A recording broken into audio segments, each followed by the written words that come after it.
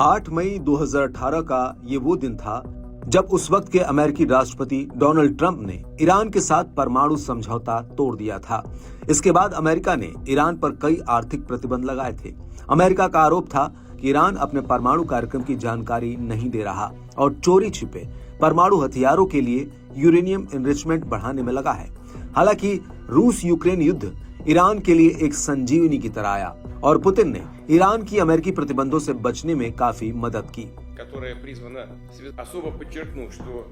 लेकिन अब एक बार फिर से ट्रंप व्हाइट हाउस में राष्ट्रपति के तौर पर लौट रहे हैं और ऐसे में ट्रंप के सामने ईरान के परमाणु कार्यक्रम पर रोक लगाना एक बहुत बड़ी चुनौती होगी, क्योंकि अमेरिका के लाख जतन के बावजूद ईरान ने ये साबित कर दिया कि अमेरिका चाहे जो भी कर ले, लेकिन वो ईरान को परमाणु हथियार बनाने से नहीं रोक सकता। हालांकि ईरानी सरकार का कहना है कि उसका परमाणु कार्यक्रम शांतिपूर्ण उद्देश्यों के लिए है, लेकिन ट्रंप को लेकर कहा जा रहा है कि राष्ट्रपति बनने से पहले ही ट्रंप ने ईरान के परमाणु ठिकानों पर हमले की पटकथा लिख दी थी, क्योंकि ट्रंप के परमाणु समझौता तोड़ने के बाद ईरान ने अपना परमाणु कार्यक्रम तेजी से आगे बढ़ा दिया था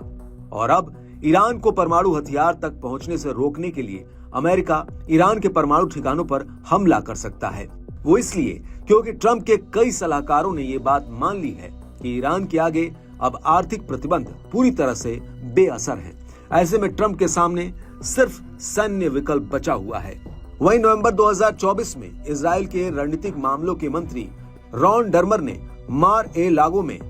ट्रंप से मुलाकात की थी और इस मीटिंग के बाद डर्मर ने कहा था कि ऐसी प्रबल संभावना है कि ट्रंप इजराइल द्वारा ईरान के परमाणु ठिकानों पर हमले का समर्थन करेंगे या फिर वो अमेरिकी सेना को सीधे ईरानी परमाणु अड्डों पर हमले का आदेश देंगे, क्योंकि इजराइल बड़ी ही गंभीरता से ईरान के परमाणु ठिकानों पर हमला करने पर विचार कर रहा है।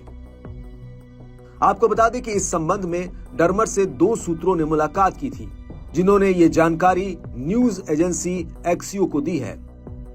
हालांकि बाइडेन के कुछ निजी सलाहकारों ने भी बाइडेन को व्हाइट हाउस छोड़ने से पहले ईरान के परमाणु ठिकानों पर सीधा हमला करने की सलाह दी थी। इन सलाहकारों ने बाइडेन से कहा था कि इजराइल युद्ध की वजह से ईरान और उसके सहयोगी संगठन काफी कमजोर पड़ गए हैं। ऐसे में उसके परमाणु ठिकानों पर वार करने का सबसे सही वक्त ये है। इसके अलावा अमेरिका की तरफ से G7 सम्मेलन में शामिल होने वाले एक सीनियर अधिकारी का भी कहना है कि अमेरिका के लिए साल 2025 में ईरान सबसे प्राथमिक मुद्दा होगा। अधिकारी का कहना है कि सबने इस बात को माना है कि हमें जरूर कुछ करना चाहिए, नहीं तो एक बड़ी आपदा आ सकती है, क्योंकि ईरान ने अपना यूरेनियम एनरिचमेंट प्योरिटी लेवल 60% तक बढ़ा दिया है और उसे परमाणु हथियार बनाने के लिए 30% यूरेनियम एनरिचमेंट की और जरूरत है। और इतने कम समय में पश्चिम के प्रतिबंध ईरान को रोकने में ज्यादा कारगर साबित नहीं होंगे। वहीं दूसरी तरफ ईरान के साथ फ्रांस, जर्मनी और ब्रिटेन जैसे देश अभी भी परमाणु समझौते में हैं और ये समझौता अक्टूबर 2025 में खत्म होगा। और ऐसे में इन तीनों यूरोपीय देशों के पास भी ईरान पर आर्थिक प्रतिबंध लगाने का ज्यादा वक्त भी नहीं है और पश्चिम द्वारा ईरान पर लगाए गए आर्थिक प्रतिबंध भी ज्यादा कारगर साबित नहीं होंगे। वहीं न्यूज एजेंसी एक्सियो का कहना है कि इन तीनों यूरोपीय देशों के बीच नवंबर 2024 के आखिर में जिनेवा में एक मीटिंग हुई थी, जिसमें ईरान के साथ परमाणु डील पर बातचीत हुई है। लेकिन इस मीटिंग में इन तीनों देशों ने साफ कर दिया कि 2015 का परमाणु समझौता पूरी तरह से खत्म हो चुका है और ईरान के मौजूदा परमाणु कार्यक्रम की स्थिति को देखने के लिए एक नए परमाणु समझौते की जरूरत पड़ेगी।